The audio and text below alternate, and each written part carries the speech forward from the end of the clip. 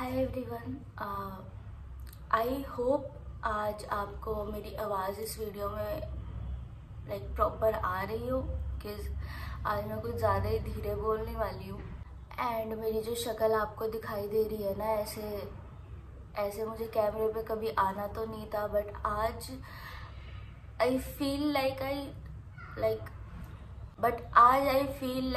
I just need to talk about this. So let's start. So आज की video ना जो गवर्नमेंट जॉब की तैयारी कर रहे हैं, जो गवर्नमेंट एस्पिरेंट्स हैं, उनको थोड़ी ज़्यादा अच्छे से समझ आएगी एंड उनको ही दिल से समझ आएगी वो जो चीज़ होती है जिस बारे में मैं आगे बात करने वाली हूँ, वो उनको ही अच्छे से समझ आएगी। तो I am a banking aspirant. मैं बैंक की तैयारी करती हूँ, ठीक है। तो मैंने कभी भी ये साइड ऑफ माय लाइफ किसी भी सोशल मीडिया पे शो नहीं की, बिकॉज जब पिछले साल मैंने यूट्यूब भी शुरू किया, मेरा कंटेंट जो होता था वो अलग हट के होता था, जो मेरा पैशन है उसके टूवर्ड्स ज़्यादा होता था। मैंने कभी भी एक गवर्नमेंट जॉब की प्रिपरेशन या मैं क्या कर रही हूँ या मैं किस चीज़ की तैयारी कर रही हूँ या जो भी कुछ है वो मैंने कभी भी किसी सोशल मीडिया पे शो नहीं किया। वो सिर्फ इसलिए क्योंकि जब आप स्टार्ट करते हो ना तैयारी करना, तो आप सबको चिल्ला के बताते हो कि हम गवर्नमेंट जॉब की तैयारी कर रहे हैं, हम तो बैंक की तैयारी कर रहे हैं, हम तो यूपीएससी की तैयारी कर रहे हैं, एसएससी की तैयारी कर रहे हैं, ये वो।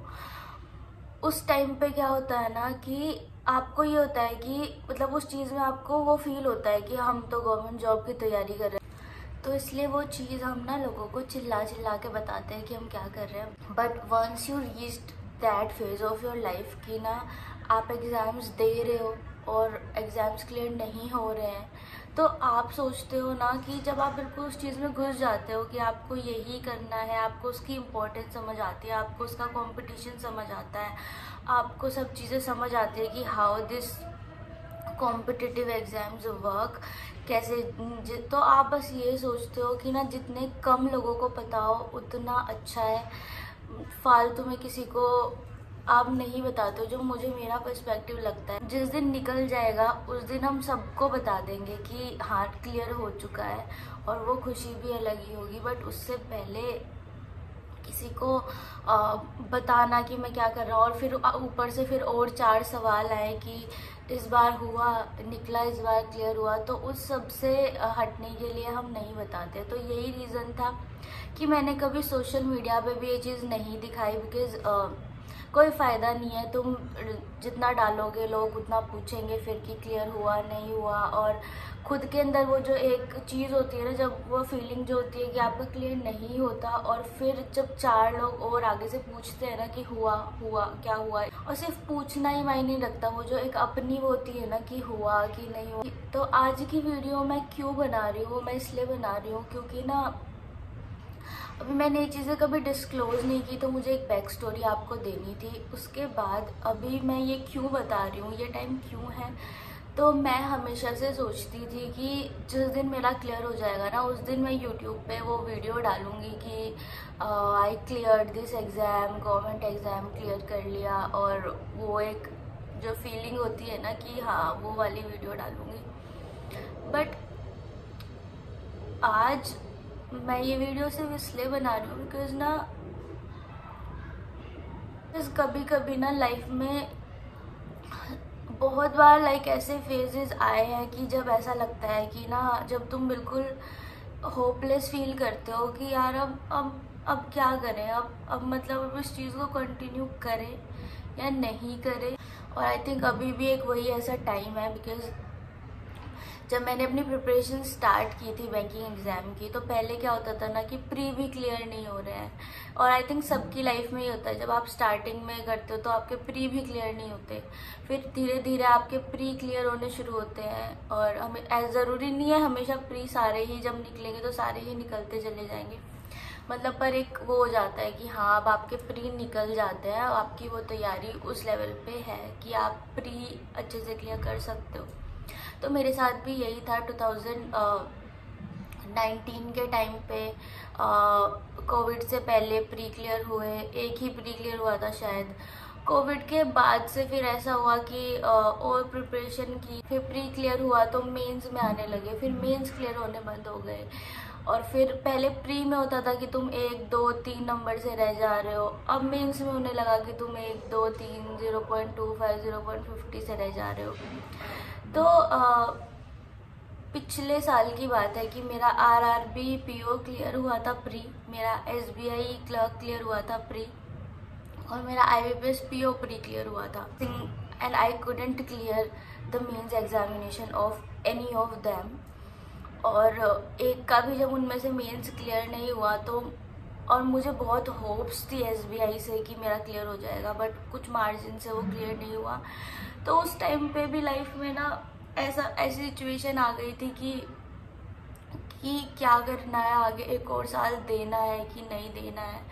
एंड आई नो कि बहुत सारे दोस्त और आपके फैमिली मेम्बर्स आपको सपोर्ट करते हैं इस चीज़ में, और आपको बोलते हैं कि हो रहा है, कर सकते हो तो करो, नहीं हो रहा तो छोड़ के तुम प्राइवेट देख लो या कुछ और अपना लो, कुछ और शुरू कर लो।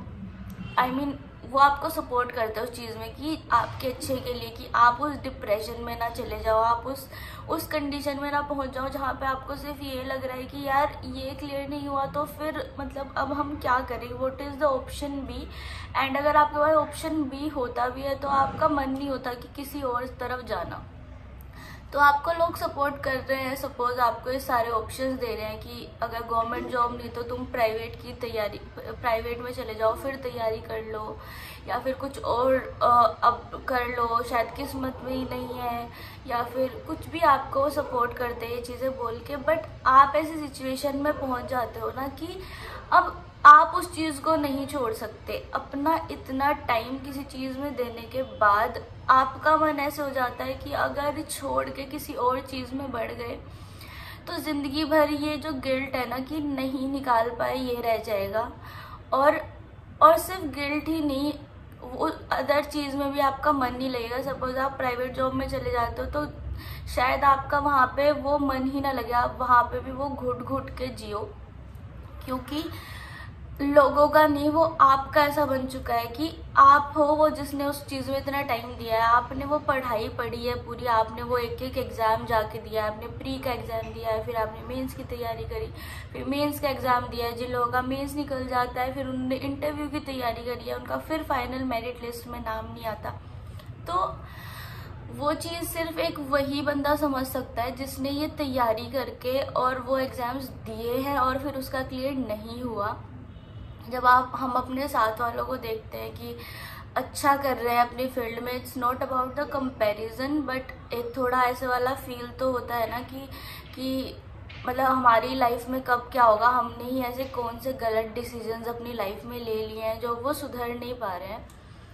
तो अभी इस साल की बात करें तो मेरा आईबीपीएस पीओ प्री क्लियर हुआ, अच्छी खासी वैकेंसी थी, बहुत अच्छी वैकेंसीज थी, सब बहुत बोल रहे थे कि ये this is the golden opportunity, की इतनी अच्छी वैकेंसीज इस बार आई हैं। एंड एसबीआई तो हमेशा मेरा टारगेट रहा है कि लाइक पूरा साल मुझे एसबीआई का वेट होता है कि एसबीआई क्लियर हो जाए बस। तो इस साल आईबीपीएस पीओ प्री क्लियर हुआ, मेरा आईबीपीएस क्लर्क प्री भी क्लियर नहीं हो पाया था इस साल, पीओ प्री क्लियर हुआ। एंड अब वही होता है ना कि आप चीज़ों को कितना ही ब्लेम कर लो कि सर्कमटेंसेस ऐसे बन गए, आपकी मेंटल हेल्थ उस लेवल की नहीं थी कि आप अच्छे से मतलब उस चीज़ में फोकस कर, या आप बीमार पड़ गए, या फिर आपकी लाइफ में कुछ ऐसी चीज़ें हो गई जो जिसने आपको फोकस नहीं करने दिया, कुछ whatever the reasons, but the final thing is कि आपका वो क्लियर नहीं हुआ and you have to repeat it next year.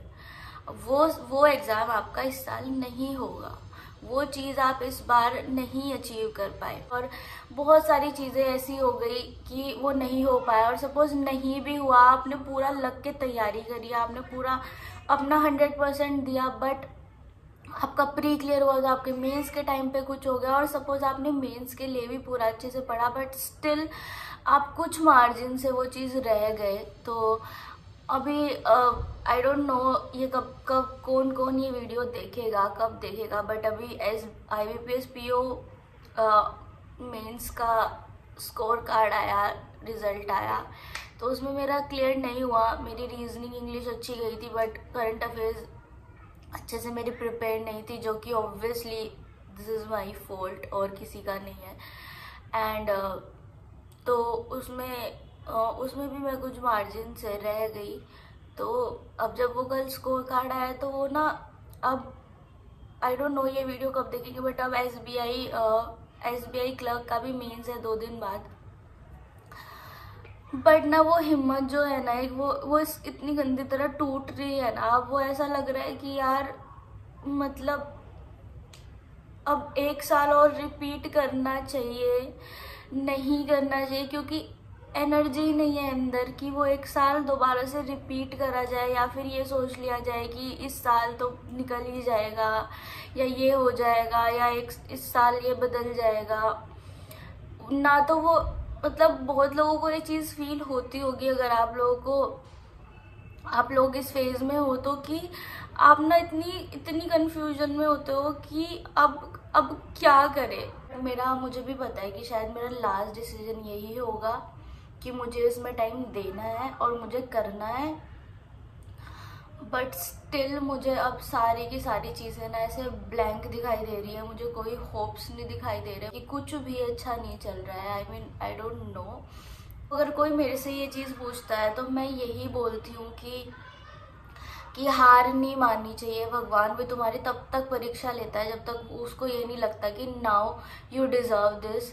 और अगर तुम, वही बात है ना कि बीच रास्ते में छोड़ दोगे तो भी यही होगा कि ले तू इस चीज़ को इतने अच्छे से चाहता ही नहीं था, तो तू उन परीक्षाओं को भी पार नहीं कर पाया। बट अब मुझे लगता है कि कितनी परीक्षा है, किस्मत में है भी कि नहीं है। वही बात होती है कि हर चीज़ का एक सही टाइम होता है, बट पता नहीं वो टाइम कब आएगा। एंड और जब, वही बात है ना कि जब तुम इतने फेलियर्स के बाद, फिर एक के बाद फेलियर्स देख के फिर रोज़ खड़े होकर तैयारी करते हो, फिर रोज़ खड़े होकर खुद को संभालते हो कि नहीं करना है, तैयारी करनी है, फिर खुद खड़े होकर दोबारा से उस चीज़ में लगते हो, तो भगवान उस चीज़ को देखते हैं। आई डोंट नो इस पूरी कॉन्वर्सेशन का क्या मतलब था, but I just want to talk heart to heart. That's why I just made this video. And let's pray कि इस 2023 में जितने भी लोग इस फेज से गुजर रहे हैं कि बस लग जाए तो उनकी बस जॉब लग जाए इस साल, एंड वो इस फेज से निकल जाए कि लाइफ में जिंदगी की पहली सीढ़ी पार नहीं कर पा रहे हैं जिसमें तुम्हें सेटल होना है। तो अभी तो और आगे बहुत सीढ़ियाँ पड़ी हैं जो चढ़नी है। तो I just wish and hope कि सभी के एग्जाम्स क्लियर हो जाए जो भी इस फेज से गुजर रहे हैं। And so yes, I think it's time to say bye. So bye bye guys, take care of yourself. Yes, bye bye.